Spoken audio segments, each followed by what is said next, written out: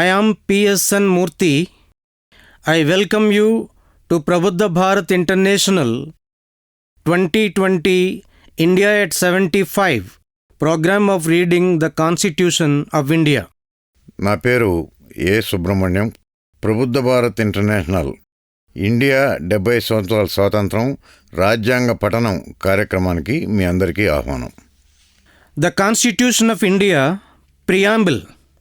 We the people of India, having solemnly resolved to constitute India into a sovereign, socialist, secular, democratic republic and to secure to all its citizens justice, social, economic and political, liberty of thought, expression, belief, faith and worship, equality of status and of opportunity, and to promote among them all fraternity, assuring the dignity of the individual and the unity and integrity of the nation, in our Constituent Assembly, this 26th day of November 1949, do hereby adopt, enact and give to ourselves this Constitution.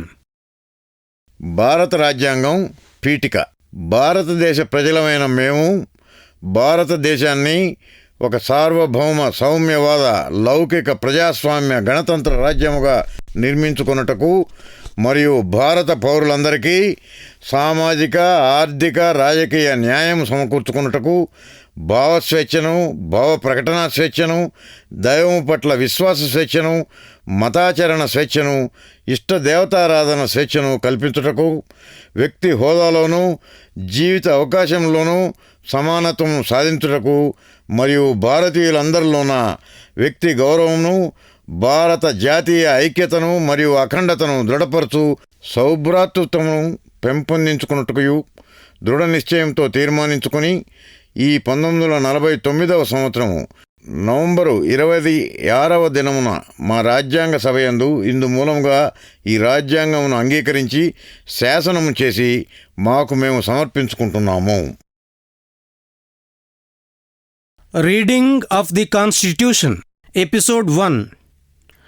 In this episode, we are going to read 11 articles from Article 1 to Article 11. These 11 articles are covered in Part 1 and Part 2 of the Constitution. Part 1 of the Constitution deals with the Union and its territory.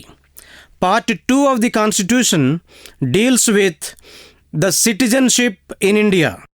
Prabuddha Bharat international సంస్థ తరఫున స్వాతంత్రం వచ్చిన 75 సంవత్సరాల సందర్భంగా జరుపుతున్న కార్యక్రమాల్లో భాగంగా రాజ్యాంగ పఠనం అనే ఈ కార్యక్రమాన్ని మొదలుపెట్టాం. మొదటి భాగంలో పీఠిక అధికరణం 1 నుంచి అధికరణం 11 వరకు చదువుతున్నాం.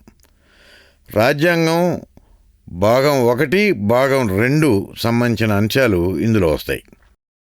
భారతదేశ భూభాగం ఎంతవరకు ఉన్నది, పౌరసత్వం ఏంటి, ఎలా వస్తుంది, ఎలా పోతుంది లాంటి అంశాలన్నీ ఈ భాగంలో చదువుతాం. Article 1. Article 1 is about the name and territory of the Union. Clause 1 says, India, that is Bharat, shall be a union of states. Clause 2, the states and the territories thereof shall be as specified in the first schedule. Clause 3, the territory of India shall comprise A. the territories of the states, B. the union territories specified in the first schedule, and C. such other territories as may be acquired. రాజ్యాంగం భాగం 1 భారత సంఘం దాని భూభాగం. అధికరణం 1 భారత సంఘం పేరు మరియు భూభాగం. క్లాజ్ 1 ఇండియా అంటే భారతదేశము వివిధ రాష్ట్రాల సమ్మిళిత దేశంగా ఉంటుంది. క్లాజ్ 2 రాష్ట్రాలు వాటికి గల భూభాగాలు 1వ షెడ్యూల్లో పేర్కొనబడిన విధంగా ఉంటాయి. 3 భారతదేశం కలిగి ఉండే భూభాగం ఏ రాష్ట్రాల భూభాగములు, బి మొదటి షెడ్యూల్లో పేర్కొన్న సంఘ అధీన ప్రాంతములు. సి. భవిష్యత్తులో ఆర్జించే ఇతర భూభాగములతో కలిసి ఉంటుంది. Article 2. Article 2 is about admission or establishment of new states. It says Parliament may by law admit into the Union or establish new states on such terms and conditions as it thinks fit. అధికరణం 2. భారత సంఘంలో నూతన రాష్ట్రాలను చేర్చుకొనుట లేదా స్థాపించుట. Parliament శాసనం ద్వారా దానికి సవ్యమనిపించే షరతులతో భారత సంఘంలోకి నూతన రాష్ట్రాలను చేర్చుకోవచ్చు లేక ఏర్పరచవచ్చు. అధికరణం 2A. ఈ అధికరణ 1974లో 35వ రాజ్యాంగ సవరణ చట్టం ద్వారా సిక్కింను 1/3/1975 నుంచి భారత సంఘంలో అసోసియేట్ చేయుటకు చేయబడింది. ఈ అధికరణ 26/4/1975 నుంచి సిక్కిం భారత సంఘంలో ఒక రాష్ట్రం కావడంతో 36వ రాజ్యాంగ సవరణ చట్టం ద్వారా 1975లో తొలగించబడింది. Article 3.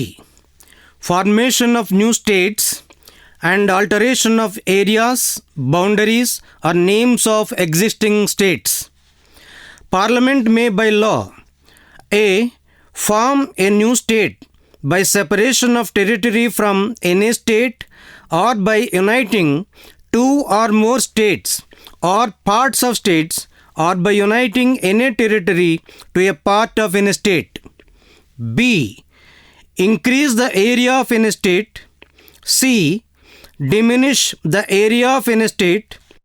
D. Alter the boundaries of any state. E. Alter the name of any state. Provided that no bill for the purpose shall be introduced in either House of Parliament except on the recommendation of the President, and unless where the proposal contained in the bill affects the area, boundaries or name of any states, the bill has been referred by the President to the legislature of that state for expressing its views thereon within such period as may be specified in the reference, or within such further period as the President may allow, and the period so specified or allowed has expired. Explanation 1 to Article 3. In this article, in clauses A to E, state includes a union territory, but in the proviso, state does not include a union territory. Explanation 2.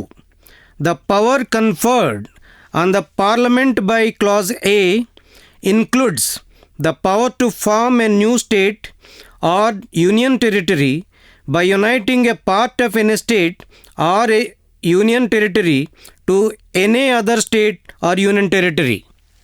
అధికరణం 3. నూతన రాష్ట్రాల ఏర్పాటు, ఉన్న రాష్ట్రాల విస్తీర్ణాలు, ఎల్లలు లేదా పేర్లలో మార్పులు చేర్పులు.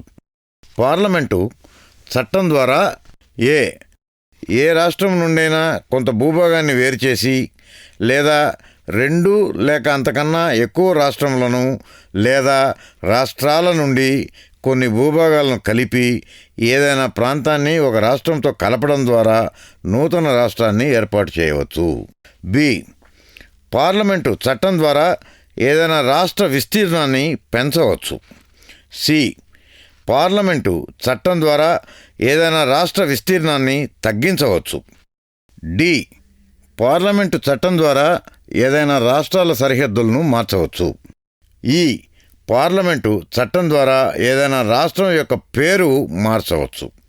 అయితే దేశాధ్యక్షుని సిఫార్సుతో తప్ప ఈ అవసరాల కోసం ఏ బిల్లును పార్లమెంటు ఉభయ సభలు ఎందులోనూ ప్రవేశపెట్టరాదు.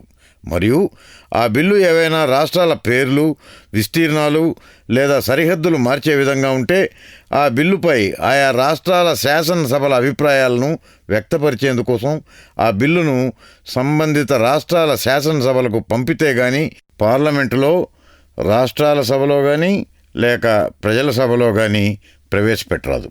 దేశాధ్యక్షులు నిర్ణయించిన లేక దేశాధ్యక్షులు పొడిగించడానికి అనుమతించిన కాల వ్యవధి ముగిసే ముందు సదరు రాష్ట్రాల శాసనసభలు అటువంటి బిల్లుపై వాటి అభిప్రాయాలని తెలియజేయవచ్చు. వివరణ 1. ఈ అధికరణంలో నిబంధన ఏ నుండి ఈ వరకు రాష్ట్రము అనగా సంఘాధీన భూభాగం కూడా అని అర్థం. కానీ అనుబంధ నిబంధనలో రాష్ట్రం అనగా రాష్ట్రాలు మాత్రమే సంఘాధీన భూభాగం కాదు. వివరణ 2. ఒక రాష్ట్రాన్ని లేక సంఘాధీన భూభాగంలో కొంత భాగాన్ని మరేదైనా రాష్ట్రం లేక సంఘాధీన ప్రాంతంలో కలిపిన కొత్త రాష్ట్రాన్ని లేదా సంఘాధీన భూభాగాన్ని ఏర్పాటు చేయడానికి కూడా నిబంధన ఏ ద్వారా పార్లమెంటు అధికారాన్ని కలిగి ఉంటుంది. Article 4. Laws made under Articles 2 and 3 to provide for the amendment of the first and the fourth schedules and supplemental, incidental and consequential matters. Clause 1. Any law referred to in Article 2 or Article 3 shall contain such provisions for the amendment of the first schedule and the fourth schedule as may be necessary to give effect to the provisions of the law, and may also contain such supplemental, incidental and consequential provisions, including provisions as to representation in Parliament and in the legislature or legislatures of the state or states affected by such law, as Parliament may deem necessary. Clause 2. No such law as aforesaid shall be deemed to be an amendment of this Constitution for the purposes of Article 368. అధికరణం 4. అధికరణం 2, అధికరణం 3 కింద రాజ్యాంగంలోని మొదటి షెడ్యూళ్లు 4వ షెడ్యూళ్ల సవరణ నిమిత్తం చేయబడిన శాసనాలు, వాటికి అనుబంధమైన యాదృచ్ఛికమైన మరియు పర్యవసానములైన అంశాలు. క్లాజ్ 1. అధికరణం 2 లేదా అధికరణం 3లో సూచించబడ్డ ఏ శాసనమైనా ఆ శాసనంలోని సెక్షన్లను అమలు చేయడానికి అవసరమైన విధంగా రాజ్యాంగంలోని మొదటి షెడ్యూలు మరియు 4వ షెడ్యూళ్లను సవరించడానికి తగు నిబంధనలను కలిగి ఉండాలి. మరియు పార్లమెంటు అవసరమని తలంచిన మేరకు తదనుబంధమైన యాదృచ్ఛికమైన పర్యవసానమైన నిబంధనలను కూడా కలిగి ఉండాలి. వాటిలో పార్లమెంటు మరియు ఆ చట్టం వలన ప్రభావితమైన రాష్ట్ర లేదా రాష్ట్రాల శాసనసభల్లో ప్రాతినిధ్యం వంటి అంశాలు ఉంటాయి. క్లాజ్ 2. ముందు చెప్పిన విధంగా చేయబడిన ఏ శాసనము రాజ్యాంగ అధికరణ 368 కింద చేయబడ్డ రాజ్యాంగ సవరణగా పరిగణించబడదు. Part 2. Citizenship. Article 5. Citizenship at the commencement of the Constitution. At the commencement of this Constitution, every person who has his domicile in the territory of India and A. who was born in the territory of India, or B. either of whose parents was born in the territory of India, or C. who has been ordinarily resident in the territory of India for not less than 5 years immediately preceding such commencement shall be a citizen of India. భారత రాజ్యాంగం 2వ భాగం పౌరసత్వం. అధికరణం 5. రాజ్యాంగం అమల్లోకి వచ్చిన తరుణంలో పౌరసత్వం.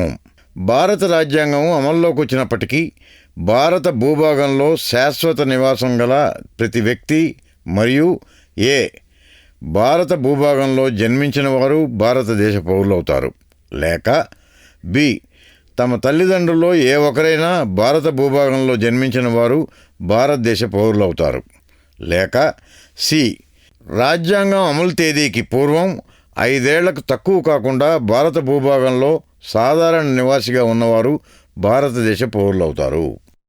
Article 6. Rights of citizenship of certain persons who have migrated to India from Pakistan. Notwithstanding anything in Article 5, a person who has migrated to the territory of India from the territory now included in Pakistan shall be deemed to be a citizen of India at the commencement of this Constitution if A. he or either of his parents or any of his grandparents was born in India as defined in the Government of India Act 1935 as originally enacted, and B1, in case where such person who so migrated before the 19th day of July 1948, he has been ordinarily resident in the territory of India since the date of his migration, or 2, in case where such person has so migrated on or after the 19th day of July 1948, he has been registered as a citizen of India by an officer appointed in that behalf by the government of the Dominion of India on the application made by him, therefore, to such officer before the commencement of this Constitution in the form and manner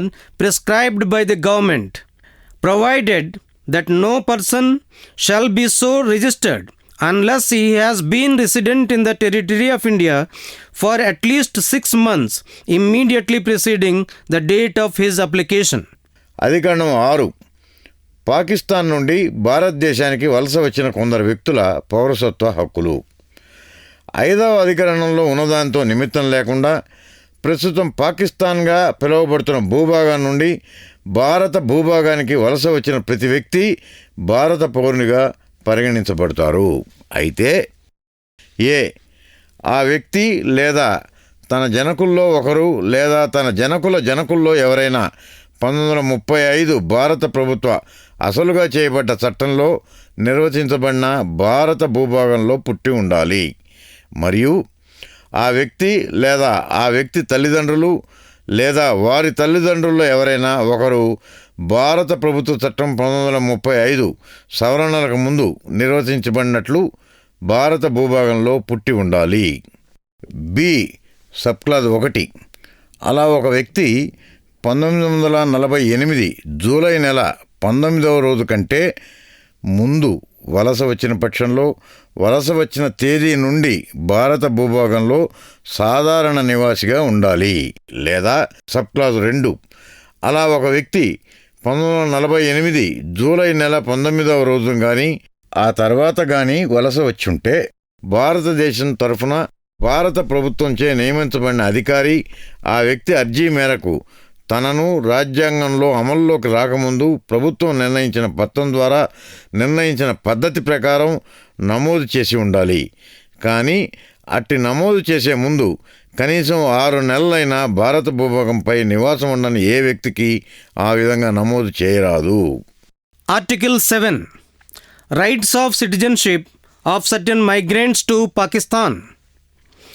Notwithstanding anything in Articles 5 and 6, a person who has, after the first day of March 1947, migrated from the territory of India to the territory now included in Pakistan shall not be deemed to be a citizen of India, provided that nothing in this article shall apply to a person who, after having so migrated to the territory now included in Pakistan, has returned to the territory of India under a permit for resettlement or permanent return issued by or under the authority of any law, and every such person shall, for the purposes of clause B of Article 6, be deemed to have migrated to the territory of India after the 19th day of July 1948. అధికరణం 7. పాకిస్తాన్కు వలస వెళ్లిన కొందరు వ్యక్తుల పౌరసత్వ హక్కులు. అధికరణం 5 మరియు 6ల్లో ఉన్నదాంతో నిమిత్తం లేకుండా 1947 మార్చి 1వ రోజు తర్వాత ఎవరైనా భారత భూభాగం నుండి ప్రస్తుతం పాకిస్తాన్లో చేర్చిన భూభాగానికి వలస వెళితే ఆ వ్యక్తిని భారతదేశ పౌరునిగా పరిగణించరాదు. అయితే ఏ వ్యక్తి అయినా పునరావాసానికి కానీ స్థిర నివాసానికి కానీ ఏదైనా శాసనం ఆధారంగా అనుమతించబడి తిరిగి భారత భూభాగానికి వస్తే అటువంటి వ్యక్తిని అధికరణం 6లోని నిబంధన బి అనుగుణంగా భారత భూభాగంలోకి 1948 జూలై 19వ రోజు తర్వాత వచ్చిన వ్యక్తిగా పరిగణించాలి. అటువంటి వ్యక్తులకు ఈ అధికరణంలో చెప్పబడిన అనర్హత వర్తించదు. Article 8.